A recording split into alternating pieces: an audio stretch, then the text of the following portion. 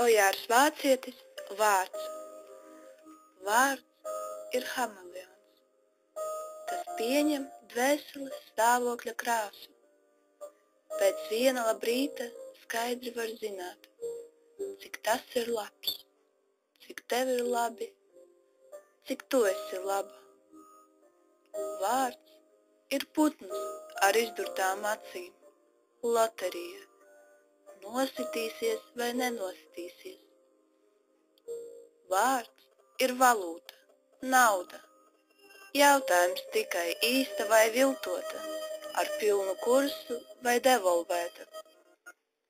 Vārds ir neapreikināms, kā lodveidas zibeņs ienāk dvēselē, un tu nezini, vai pret to atsitīsies un eksplodēs, vai projām aizpeldēs